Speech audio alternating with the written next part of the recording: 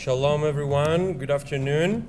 I'm so honored to introduce the final panel of today, the entertainment panel, and I'm even more excited to introduce Professor Ronit Weiss Berkovich. Ronit is a professor in Tel Aviv University, and she's one of the founders of the screenwriting program at the Sam Spiegel Film School in Jerusalem.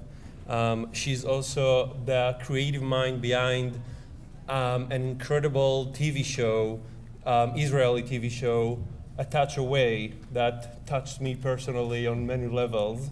And I think that her ability to really capture the Israeli narrative, yet tell a very compelling international story, is very powerful, and I'm very honored to introduce you.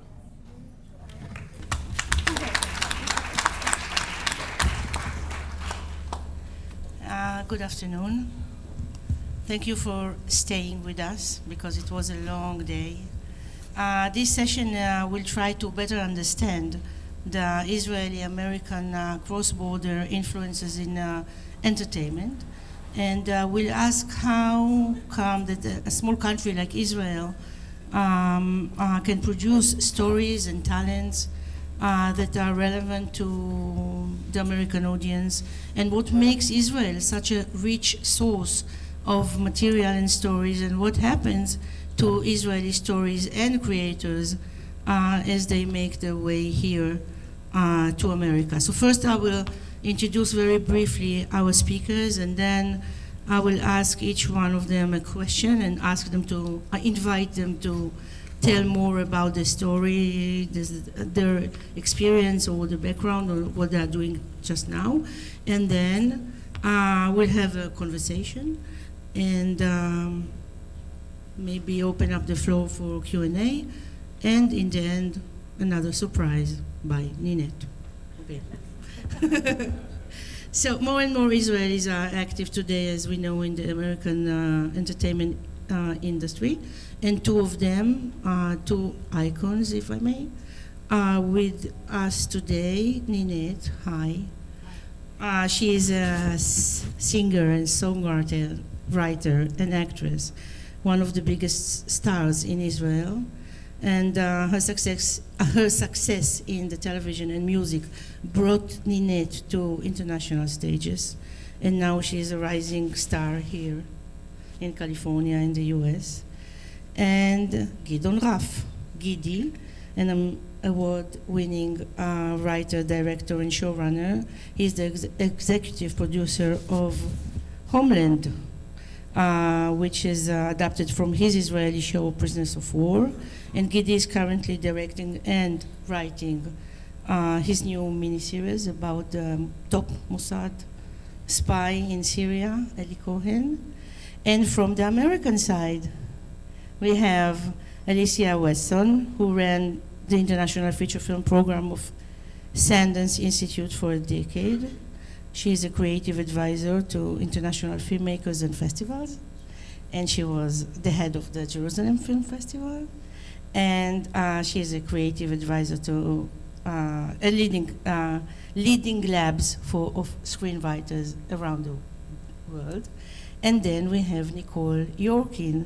She is a well-known television writer and producer, co-creator of Z, The Beginning of Everything, and the executive producer of The Killing. Yeah. And currently you are working on a new Netflix show with the creators of the hit Israeli series Fauda. And I will begin with you, Nicole. Okay. And so after you tell us more about yourself, I'm curious to know how this collaboration with Lior and Avi works for you. What do you learn, if any, from them? I'm sure they can learn much from you. So please tell us. So I have a partner, so that's why I always say we. It's not the royal we, but my partner Don Prestwich of 30 years almost.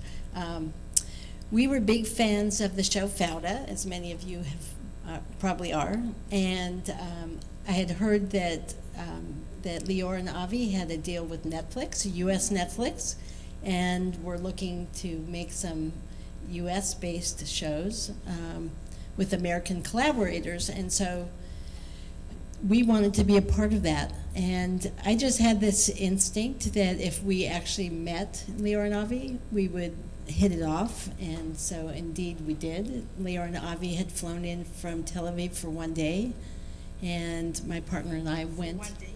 Just one day. They had they fly in all the time for 1-2 days, fly back out, which seems crazy, but they're used to it. Maybe all of you guys are used to traveling a lot, but so anyway, we had a great meeting of the minds.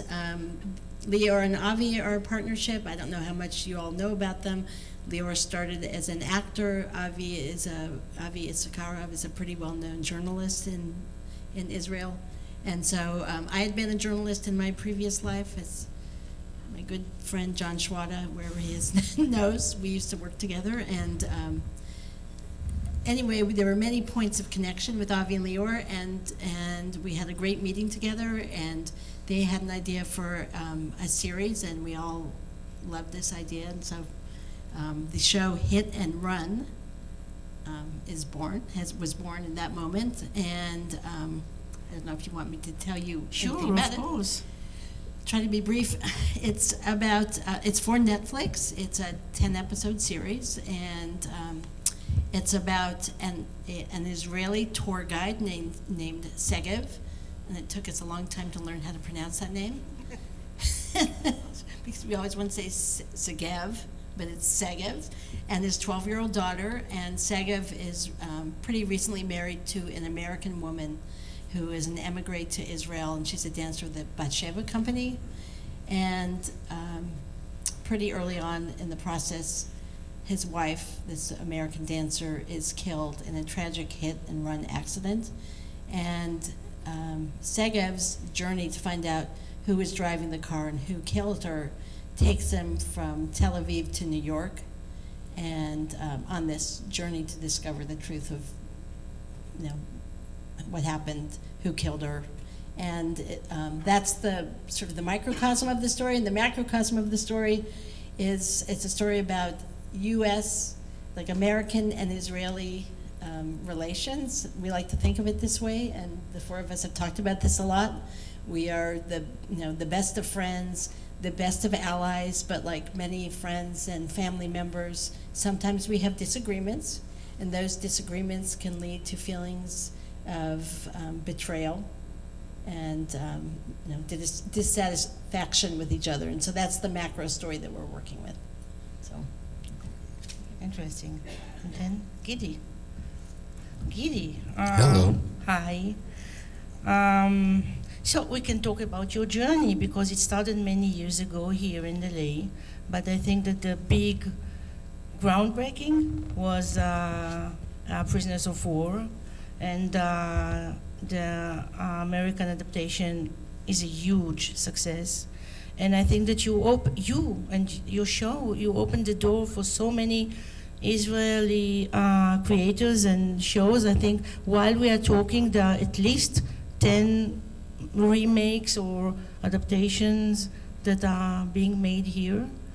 And maybe you can tell us, share with us from your experience, what happens to, first of all, how come that Israeli stories born of Israeli reality can make their way here to the American audience, and what happened to them on the way? What happened to Prisoners of War? Okay, I'll start with why I think Israel is such a fertile ground for formats. The first really was in treatment, and that opened the door. And treatment was a critical success, and then Homeland became a big financial success, which blew the door off the hinges for other formats. Israel is as you all know, a very small country, and the industry is tiny, and we have very, very small budgets we work with. And that's why in trying to compete with international shows, because Israelis are exposed to more channels than Americans even, so on any given night, if an Israeli show needs to compete with a Game of Thrones or Mad Men or a Breaking Bad or whatever it is, we need to find very creative ways with our tiny budget to compete with that. And sometimes it's in formats, like in treatment and playing with the format of television, and sometimes it's with telling very, very raw, almost taboo stories, like was the story of Prisoners of War, something very, very Israeli, very local. Same thing with When Heroes Fly. And then once there was a success, Israelis are also very open to American culture. And so it's kind of a good lab as a format to what's going to translate well and adapt well here. Together with that, there was also the writer's strike back in 2007, so Hollywood was open to formats. Okay.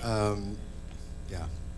What do you think will happen to Nicole and the new Netflix show of Lior, Avi, Nicole, and your partner? I'm sorry. Yeah. I mean, will it be like the anticipation will be like give us something better than Fauda, or? Well, this is the funny thing that happened. When I wrote Prisoners of War here at the Grove at the Starbucks in 2007, in order to go back to Israel. I wanted to go back to Israel with my partner Udi, and we were looking for a way back, and I wrote this show, and little did I know it shot me back here. But in talking to my American partners and how to adapt it, the word that kept coming back was franchise, which us Israelis don't really care about. We tell a story, and the minute the story is done, it's done. It could be 15 episodes, it could be 24 episodes, it could be 3 seasons, 1 season. Nobody cares because there's no such thing as syndication. We don't need to hit a certain amount of episodes in order to become very rich. Because that's never going to happen in Israel. So when we started talking about Homeland, the idea was when the Brody story is over, how do we continue the series? What's the engine? What's the franchise? And it's it was Carrie and Saul. In the Israeli story, the minute Uri and Nimrod and Amiel's story was done, the series is done. What's happened recently is because of the streamers and many other platforms that allow you to tell this story as you want it, you don't need to hit that amount anymore. You could. I just finished shooting a 6-parter for Netflix about the Eli Cohen story, starring Sacha Baron Cohen as Eli Cohen, and it was 6 episodes, and that was it. And everybody was very happy with it. So, although ours is ongoing, that particular story ends, but the series in success would be ongoing. But going to what you said earlier, I think it's about Israeli shows and their budgets, and I watch all the Israeli shows I can get because I love When Heroes Fly. I thought was wonderful, and I loved Hatufim, the original version especially. And some of them translate and some of them don't. I think like Hostages, I loved it, and the Israeli version and the American version didn't quite work. But Avi and Lior were stunned when we started working on this show with U.S. Netflix because their show, of the budget. Yeah, the budget, because they made it for Yes, I guess. Yes. And so they said that the entire budget for the first 2 seasons of Fauda was the equivalent of 1 episode of our show, of what our show will be. We haven't filmed it yet. Yeah. So, but look at look what they did with that, and look what you all do with that. You just make it a virtue. Right. Alesia. Yes. Hi. Hi. And you are more in the world of feature films, like indie, most of them, and you have this special perspective of Israel. And I would like to ask you, is there a difference between films, Israeli feature films that go out, travel outside Israel, and television show? Yes. I think, look, if you think about independent film, which excluding the studio system of the US and Bollywood, most films around the world are independent, and so they're tiny, tiny budgets. And they're tiny stories usually because that's all people can afford. If they're not working with special effects and stunts and all the rest of it, they're naturally they go to character. And so something like In Treatment, for instance, is a product of, as you say, lack of budget. And an indie film is even more so, because if you've got television, you can't have television without a partner in a broadcaster or a big production company. You already, if you go into television, there's already some big someone that has put this, has stepped into it as your partner, and closer. And as indie filmmakers, you're really independent, and you've got a tiny budget. You've got a producer that is cobbling it together. You've got funds. You were saying, Ronit, that the total budget for funds in Israel for films is $22 million a year to cover all the films. Which is the first part of the Avengers, the first scene, sorry. Of the Avengers alone. So between the funds and then a little bit of funding here and there, and then you have to depend on usually France or Germany to get co-production money, and it's cobbled together in a sort of a tailor-made artisan way. And you don't have partners to begin with. And so a lot of the films, the independent films, don't tend to have as big an audience as Homeland or as In Treatment. It doesn't have the same distribution. It doesn't have the same fanfare. People are less likely to buy a $15 ticket today to go and see a tiny slice of life, slow, maybe cinema that's influenced by Europe and French New Wave film. That's, I think, for the really dedicated. That's not for the mass audiences. But then you have things that break out, like Ushpizin or Band's Visit or Footnote, which is drawn on a larger scale, which is more accessible filmmaking. It's more commercial in style, and so but I would say that in general, indie film does live on a smaller scale, and television has a much larger reach.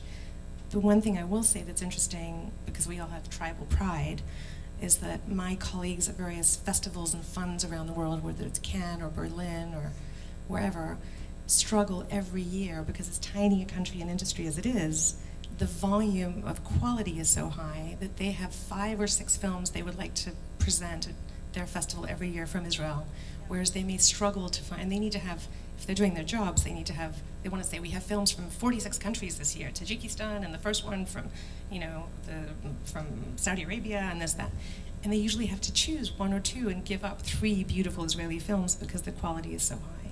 So for as small as it is, it's rich, and it's diverse in genre and style and form. And the stories are deep, right? Yeah, and dramatic, which is inherent to Israeli society. Whether you talk about the situation, or you talk about stepping into a taxi or walking through the shuk, we all know that there's no quiet wandering around through a stroll unless you're like up in the Galil and somewhere. Yeah, but, because the previous panel they talked about Startup Nation. I think that we are storytelling nation in a way, storytellers, right? And Ninet. Hi. So your journey as a musician started years ago while, as you told me, yes, you were listening to an American musician. I think you were 14 years old when he died, right? yes, And he changed your life. yes. And you will tell us about it. And now, loyal to yourself, you came here to find your own voice, as you say. And I think it's very brave, because leaving such an amazing career that you have in Israel and coming here, are you crazy? I get that a lot, People really, they ask me that question. I mean, I do cover a song by Nars Barkley named Crazy. So I kind of like, yes, I mean, in a way, maybe I am, but not really, because I've learned so much in Israel and here, of course, but I think that you should really be true to yourself and to your journey, and just listen to your intuition and what it has to say to you. So ever since I was a little girl, I knew that I'm gonna live in the US. I didn't know exactly if it's gonna be New York or LA, but I'm here, so yeah. But I knew it's gonna happen, and 3 years ago, when I left Israel, I felt it was the right time to do it. And so here I am. I'm still trying to to figure out what is going on here. It's so different. But yeah, it's a hell of a journey, no doubt. Is it just different or a little bit scary or? Well, it is scary every day because you don't know what's going to happen, and I mean, but I guess that's life when you get out of your comfort zone. I mean, that's what I'm trying to do. Every time I feel comfortable, I'm like, okay, it's not good. I need to leave. Yeah, maybe I am crazy. I don't know. Maybe, yeah, probably. Because this is how I believe, you learn new things and new stuff, and your wires in your brain are like looking for different wires. So Yeah, but sometimes I think that you can hear voices, inside yourself saying, well, maybe I'll go back, maybe, yeah, those voices. I wrote a song about those voices, voices in my mind. It's called Fear. Yeah. Oh yeah. Can we hear it? You want to hear it? Yeah. Oh, I meant the voice is called, yeah, but the song called Self-Destructive Mind, which is kind of the same. So it's like, yeah, it's a song about this battle that we have in our mind, I'm sure, to each and every one of you. When you really truly believe and feel something that is so powerful, but yet you have this like doubt or fear that says, no, you're not gonna do it, you're not gonna make it, forget about it, you're nothing, you're nothing, you're nothing. So yeah, this song that I wrote is about this beautiful conversation between myself and my other self. Yes. Should I play it now? Maybe? Okay. Okay.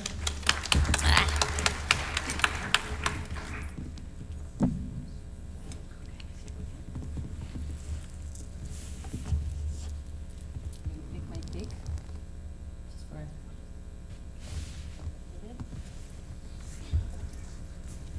oh.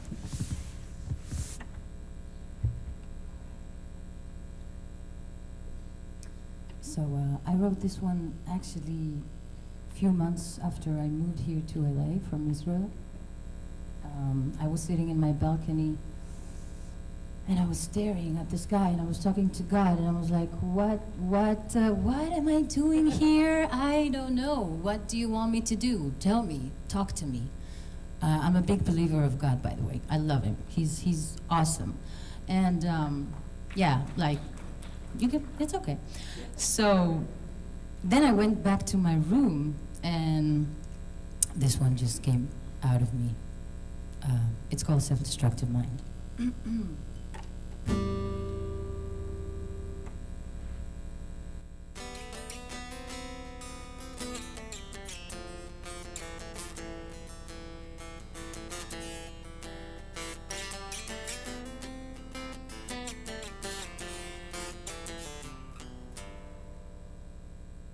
When you wake up in the middle of the night, am I still on your mind? 'Cause times are changing.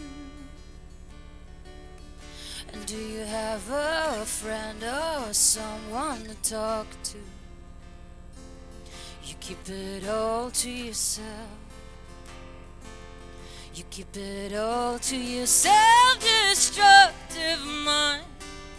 Don't let anyone cut out the wire. I'm still waiting for you to come clean. And I know, yes, I know you're so tired. And would you let me in? Would you let me in? Would you let me in? Would you let me in? Would you let me in? Would you let me in?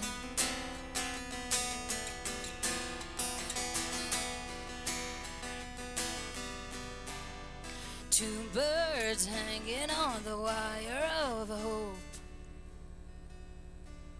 Elusive denial, 'cause times are changing. And I'm trying so hard not to forget everything you told me. You keep it all to yourself. You keep it all to yourself. You keep it all to yourself, destructive mind. Don't let anyone cut out the wire. I'm still waiting for you to come clean. And I know, yes, I know you're so tired. And would you let me in? Would you let me in? Would you let me in? Would you let me in? Would you let me in? Would you let me in?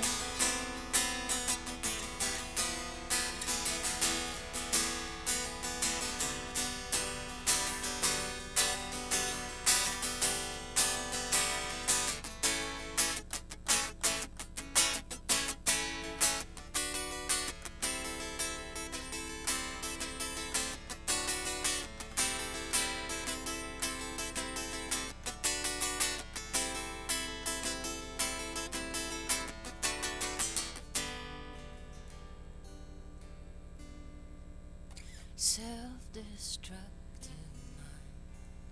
Don't let anyone cut down the wire. I'm still waiting for you to come clean. And I know, yes, I know you're so tired. Self-destructive mind. Don't let anyone cut down the wire. I'm still waiting for you to come clean. Yes, I'm still waiting for you to come clean.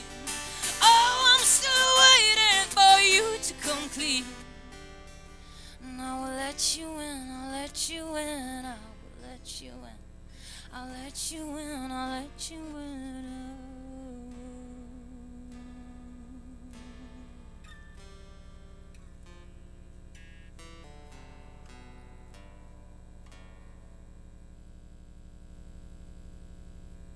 Thank you.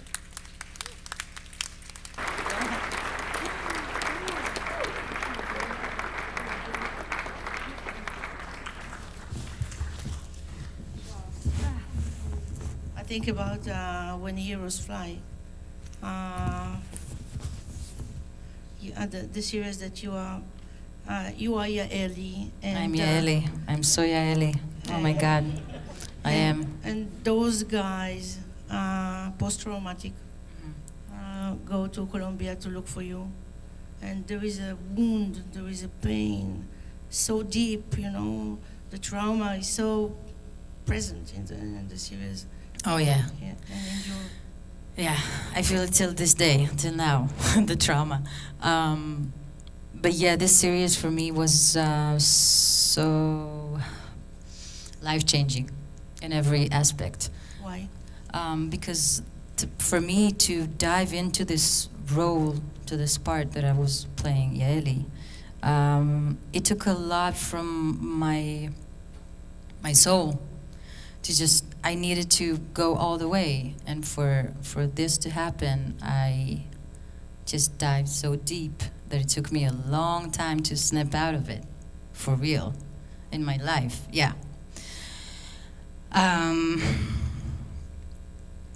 Yeah, I'm still recovering. That's the I truth. must tell you that my students, I have no Israeli student in my class in San Diego State, and I don't think that maybe one is Jewish. I'm not sure. I didn't ask, and they are watching the show. I mean, When Heroes Fly. yeah, when Wow. Heroes Fly, and they ask me, Aviv, will you find Yaeli? And they are so involved emotionally. So I think that That's it's an really amazing not thing. about budgets and not about, you know, it's about the deep psychological aspect of our stories. Exactly. I wanted to say earlier that the conclusion is basically that we don't need money, right? To make like good stuff. I mean, yeah. Don't talk on behalf of us. No, because you know it's a very You're interesting it's a very interesting subject because I guess that if you don't have enough money to put in like all kinds of like effects and stuff like that, so you put all your effort in the story and the characters and I think that's a blessing. That's the innovation. Yeah. Well, I mean, exactly on that point, I think probably many people here know about the Dogma pact that was made in the 90s in Denmark, which was specifically about minimizing all the bells and whistles for storytelling so that you could focus on the fundamentals of good storytelling. So the writing had to be great, the acting had to be fantastic, the directing had to be brave and bold and innovative, because you couldn't rely on any superficial lighting, you couldn't have music unless it was inherent to the scene and organic to the story. You couldn't fuss with a lot of makeup that people might not be wearing already to go out or dinner. So fundamentally, and that's what strikes me as very similar to in treatment, is you're left with the core ingredients, which is storytelling and deeply human stories. And psychology, along with storytelling, I think is really inherent in the DNA, the historical DNA, to the Jewish culture, to Israel.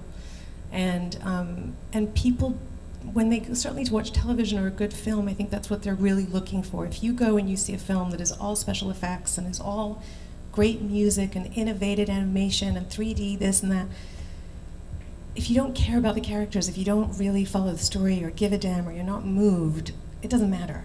Like, all of that art is sort of a waste because it doesn't count and you haven't left changed or provoked or moved in some meaningful way. And I think that we all hunger for stories, and we do it every year at Passover. We drum it in, and there's narrative from Genesis, which is beautifully narrative in the Bible. And then there's Passover, there's everything else too, but Passover, the act of storytelling, I think, becomes part of our ritual, and we are ritualistic beings also by nature. And so in that sense, it is true that those parameters and what Dogma was looking to do, and I think what Israeli films and storytelling de facto has to do, because it doesn't have, is focus on the fundamental core qualities that you need to make something count.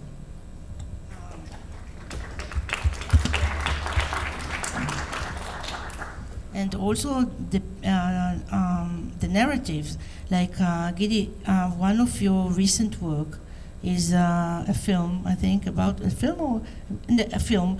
Ethiopian. Oh my God, I saw this one. It's wow. Thank you. You're welcome. I did a movie about how the Mossad helped the Ethiopian community come out of Sudan in 1978 and into Israel. Thank you. Yeah. Amazing. And it was with American money, right? It was with American money.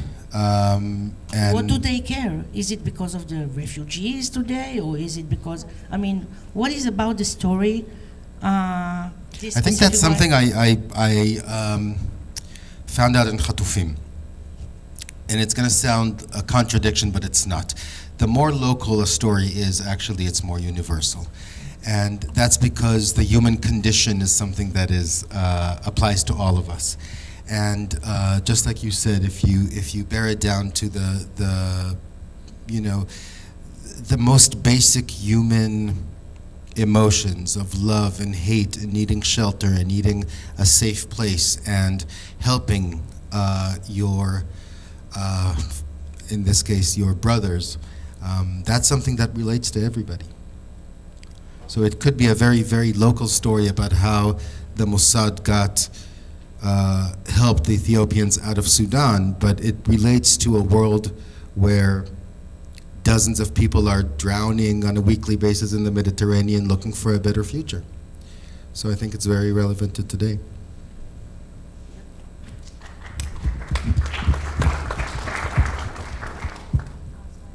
What is it about the time? I don't have any watch. I don't either. Is it okay? Something. Okay. And also, I'd like to ask, is it because maybe also the Americans are becoming open to international content because of all the streamings and all the platforms? It's not only to see American films, but also in Spanish and in Swedish and, Yeah, I will just say that I watch a lot of Netflix, and I have seen shows from Iceland and Romania. And which are not dubbed. Yeah. Yeah, no, with subtitles. I've seen shows from all over the world, and I was even able to notice, I was watching a Polish show with my husband, And I was like, okay, this plot feels familiar. This feels like a Norwegian show we'd watched the year before. And sure enough, they had bought the first season of the Norwegian show for this Polish show. So it truly has opened the world up in a certain way. You can watch, that's why I'm able to watch so many Israeli shows, in Hebrew with subtitles. And, I think a lot of people, I've been seeing like Shtisel, that show has gotten a lot of, I know it seems to be suddenly becoming very popular here. I've noticed people are on Facebook, they're saying watch the show, and I know obviously Michael Aloni. Everyone has a crush on Michael I Aloni. know, it's so funny. It's so funny, and then you Not see only Jewish people, right? no, and then when they see how he looks in When Heroes Fly compared to how he looks in Shtisel, they're like, my, what a handsome. He looks even more attractive. So yeah. I'll tell him. Yeah, please tell him that he has many American fans. Okay. I have something to add to that, if I may. Yeah. Which is that, I think most cultures around the world grow up watching subtitles and listening to American Anglo shows, and they grow up with the facility to read and watch at the same time. This country is predominantly watching English, and for a long time there was huge resistance. Certainly it was the bane of my existence when I was working in international film and pushing even the industry to try and pay attention to films that had subtitles, and they would just say, oh, subtitles, forget it. And when Avatar came out, and then when Game of Thrones came out, I was so excited to see that there were subtitles, because I was like, good, this is training. That if it's aliens or if it's Dothrakis, we'll take it, because it's training to see that you can watch and read at the same time. And then with the advent of an access that Netflix provides, there is a curiosity and there is a training that happens. You can still push the button that says, I want to hear it dubbed and not bother to read. So I'm not sure if the statistics are out about how many people are doing what, but either way, you're stepping into something different and you are exploring and training yourself to do that. So hopefully in a couple of generations, this will no longer be a big division between American cinema, which is somehow not part of world cinema. Not quite sure how it's disconnected, but hopefully it will become one. In Israel, we see the Israeli films with the subtitles in Hebrew. Otherwise, yeah. That's because the sound sucks. Gideon, I was thinking about you today and yesterday, because all the stuff that is going on in Israel now, and I remember Dig, your production. And Tyrant. Yeah. It's funny how every one of my shows is an attempt to go back to Israel, and because what happened was with Tyrant and Dig, two shows that I created that we really wanted to shoot in Israel. And we brought Dig to shoot in Jerusalem. It's an archaeological thriller that happens in the Kotel tunnels. And we got to shoot the first episode under the old city with BDS demonstrations above us, but it was an amazing experience while building sound stages in Kfar Saba for Tyrant. And we shot almost the whole season of Tyrant in Israel. But then three teenagers were abducted and murdered. And a few weeks later, an Arab kid was abducted and murdered. And then rockets started flying from Gaza, just like today and yesterday. And our actors were they wanted to stay. They loved Israel so much. But the insurance companies got involved and we had to leave Israel. So both shows had to leave. And Dig found a new Jerusalem in Croatia, and Tyrant found a new country in Budapest. But it was really sad, because for a while we were employing, between the two shows, we were employing 600 people in Israel. And the industry was all working on this two American shows, and then we had to go. We are dealing with that ourselves, because our plan is to shoot also in Tel Aviv, in Israel, if possible in January. But Netflix just had an experience filming in Jordan where it was pretty unsafe. They were dealing with there were some terrorist issues, and I guess they have security people who are with you. I don't know who these people are who go along on productions, but they sound like they're people who know, and so they're making us, we're going on a scout next month where we will be going to Israel, but we're also going to scout Malta and Spain in case we can't shoot in Israel because of safety concerns. You know, so we're very hopeful that we can shoot in Israel, but we have to have a backup just in case. Yeah, it's very tragic. In Israel. We are open to questions if you have.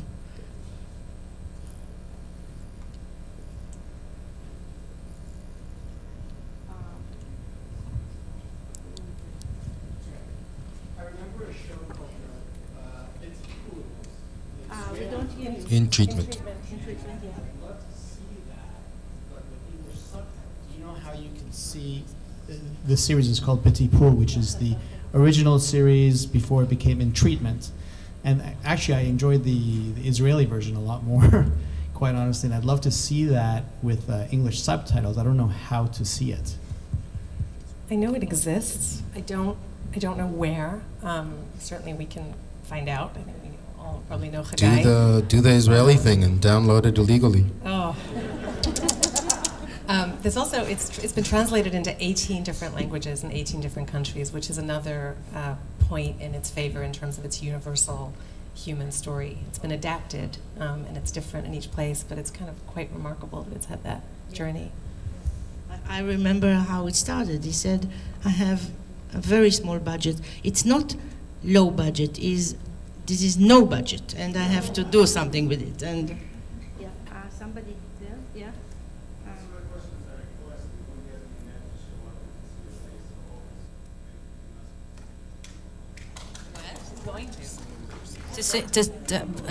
Sure, of course. He wanted me to sing another song. That's planned.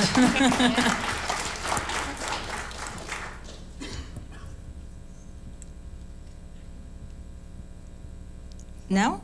Why not? Sure. Yeah. Of course. What do you mean? That's what I'm here for. So actually, the song that I'm going to sing right now is in Hebrew. It's a song of mine from, I don't know, probably 13 years ago. It's called Hakol Yachol Likrot, and I really actually want to dedicate this song to all the people in Israel right now who are suffering so badly, and to send them our love.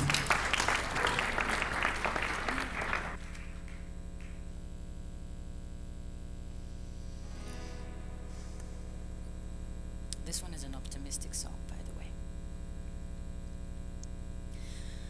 הכל יכול לקרות, ואין כיוון לרוח, המרחב פתוח, האופק לא נגמר.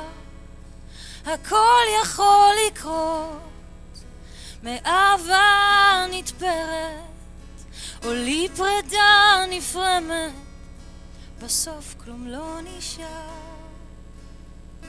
אבל תמיד יש מישהו ששומע, שומר עליי, יודע שאני לא אוותר, רוצה שתישאר עד שיגמר הטירוף הלילה, עד קצה יום אחר, כי הכל יכול לקרות.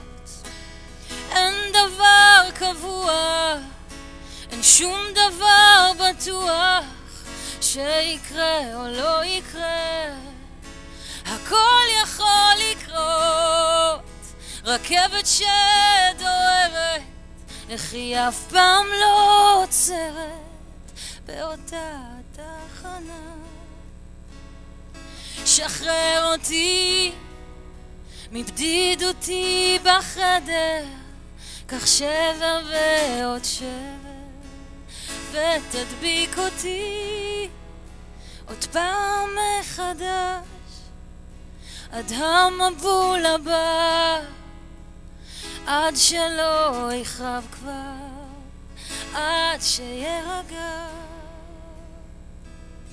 כי תמיד יש מישהו ששומע, שומר עליי, יודע שאני לא אוותר, רוצה שתישאר עד שיגמר הטירוף הלילה.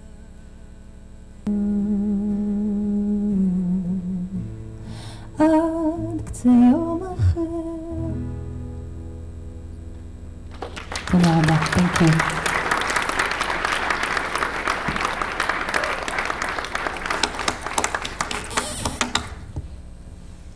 Thank you, guys.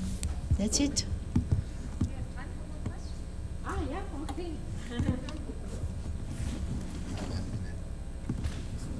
Hello. Shalom Lachem. Thank you for coming today. Shmi Yitzchak. I'm a third-year student here at UCLA. I just wanted to know from any/all of your perspectives, what would you like American college students to know about your industry in the way that reflects on the political realities and implications that Israelis have to deal with every single day? That's a simple question.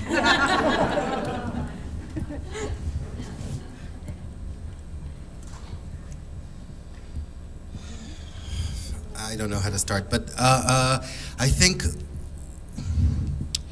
as Israelis, we're all struggling with some of the political narrative that's been being told. And we as storytellers, whether in acting, in singing, and whatever it is, in writing, we try to open a bridge and open a dialogue by telling human stories, not necessarily ones that have a certain, take one side or the other.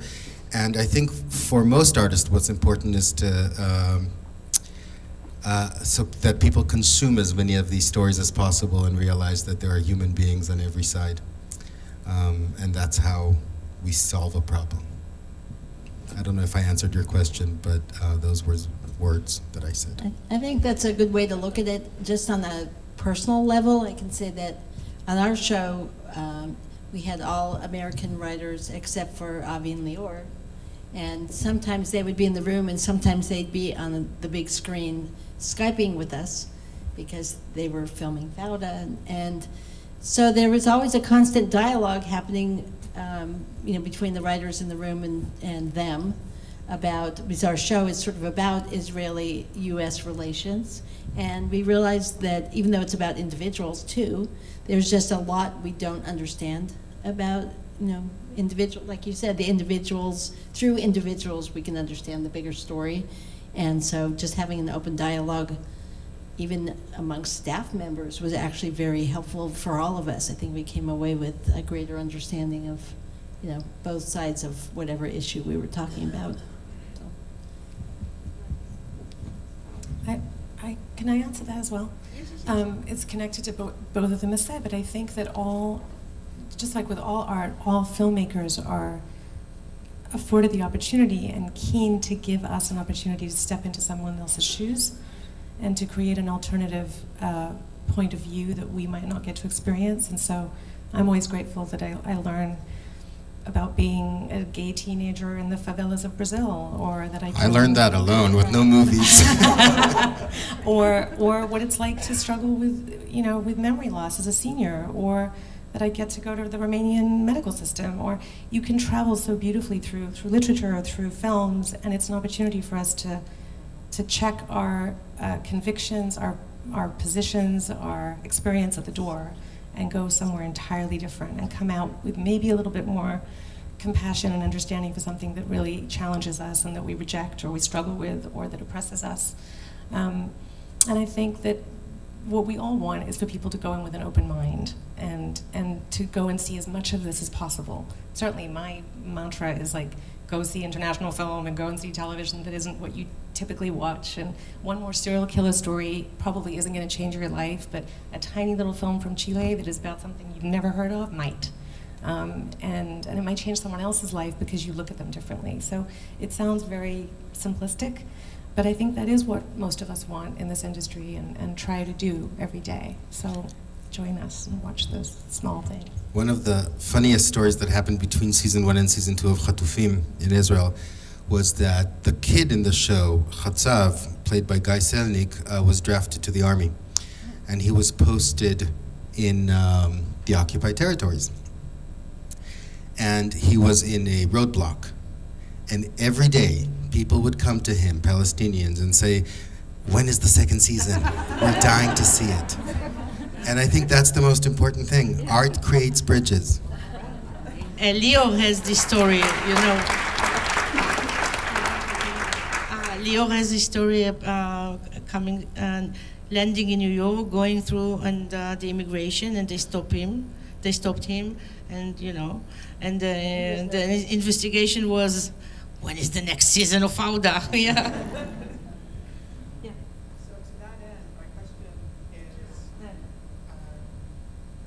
To that end, my question is there an American show that you would like to take and make into a Israeli show? Somehow we don't do it. I mean, it happened once with Raymond. Okay? It was, no, we don't do it. We have so many, you see, this is a very conflictual society in Israel. We have the secular and the Orthodox, and we have the Mizrahi and the Ashkenazi, and we have us and the Palestinians, and us and the Arab citizens of Israel. And I mean, it's so full of conflicts that we have, this is the richest, I think, source for stories, all those conflicts, because conflicts are dramas, and we have our dramas.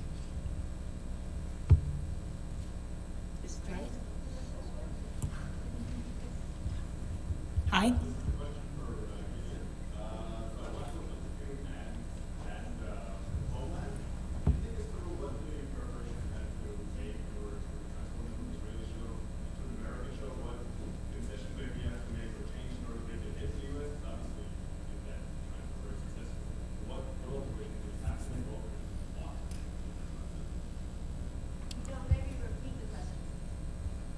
The question was between Chatufim and Homeland, what alterations we made, what concessions we had to make, and all of that. Chatufim was a show that was extremely, extremely personal to me. I wrote and directed every episode of it, and it was the result of 6 months of research, where I met with dozens of Israeli former prisoners of war. People who sat anywhere between 2 months and years in captivity. And I met with them, and I met with their wives, and I met with their psychologists and their siblings and their children, and found a world of drama that Israelis are extremely sensitive to, and they don't really talk about. Because we as Israelis are used to, or at least want the story to end with the return of a prisoner of war. We need that happy ending. We pay a very high price to return our boys home. We usually release many prisoners with blood on their hands, as we call it. We demand that the government does everything possible to bring them back. And once they're back, we don't really want to know about them anymore.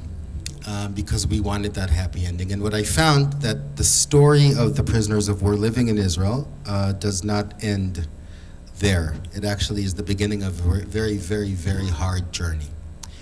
So everything that I just said about the whole, everything I just talked about, this emotional, this very deep emotional need that the prisoners of war had, the PTSD, their relationships to their kids, to their wives, to their society, their inability to hold jobs, their sicknesses, physical and psychological, was enough to create a drama in Israel, because everybody in Israel was interested in that. We're all soldiers. We all go there. These are, if something happens to a soldier, it could have happened to me. It's very personal. In America, that's not the case. In America, we do have prisoners of war, and sometimes on a community level, we would tie a yellow ribbon around a tree, but it's not national news. because the army here is not mandatory, because there's no draft here, army issues are very relevant to some people, but not to everybody. So we had to find the vehicle in which to grab the American audience. So the question whether the returned prisoner of war was turned or not became the focus of a CIA investigation. Whereas in Israel, that thriller element was still there. We knew that they were in Khatufim, we knew that they were sharing a secret. We knew that they're not telling the truth, that they're lying to the investigators. But the heart of the show was the prisoners of war and what they're going through with their families. And that was the main difference between the two shows. Hi.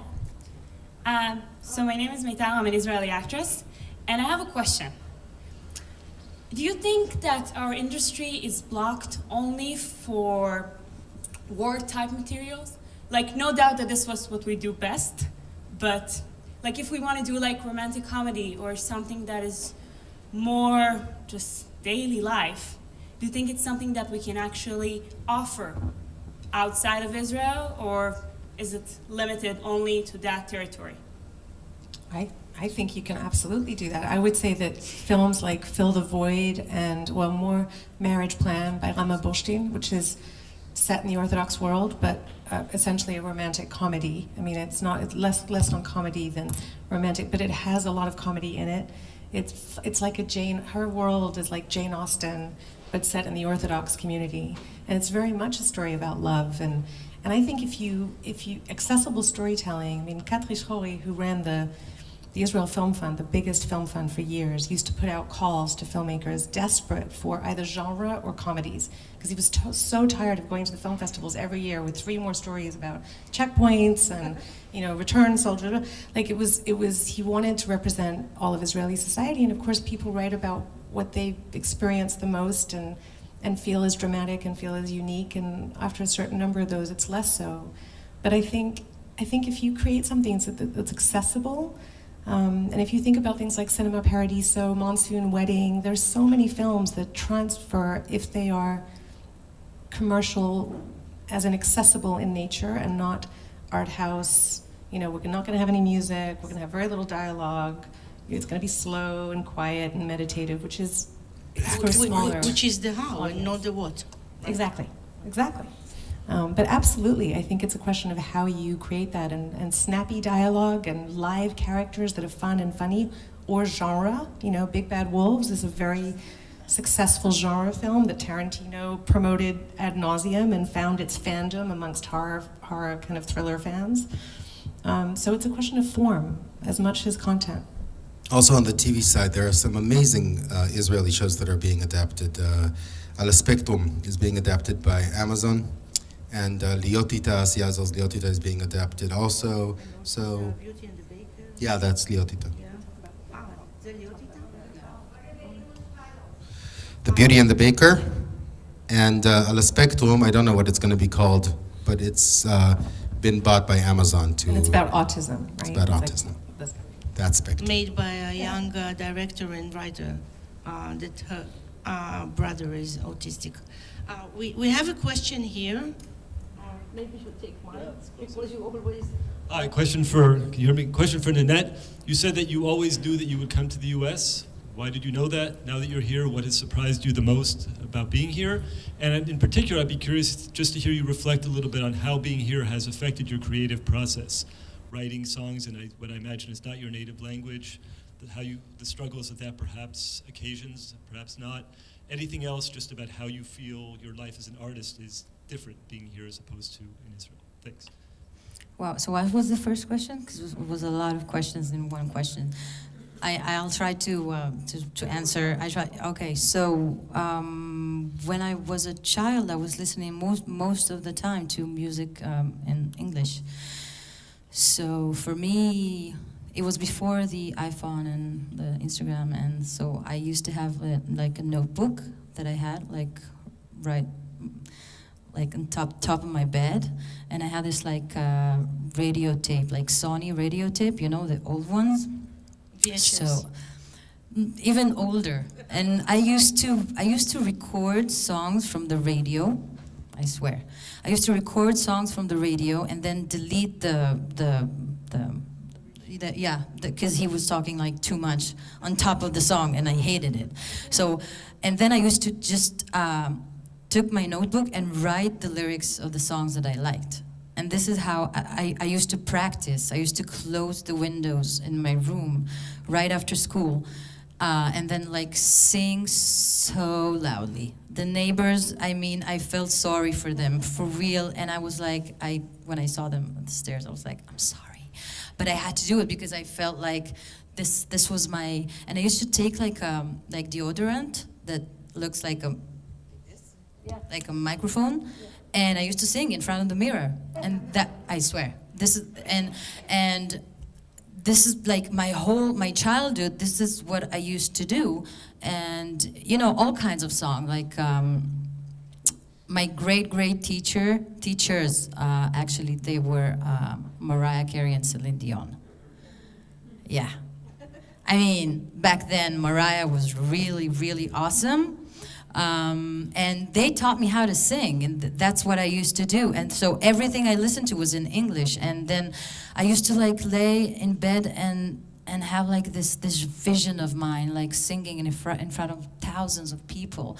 And I was like, I know that I'm gonna be there someday, somehow. I don't know how, but I know I'm gonna be there. When I was 14, you know, like wild imagination. Till this day, I have like really wild imagination, but here I am, you know? Like, okay, this is a beginning.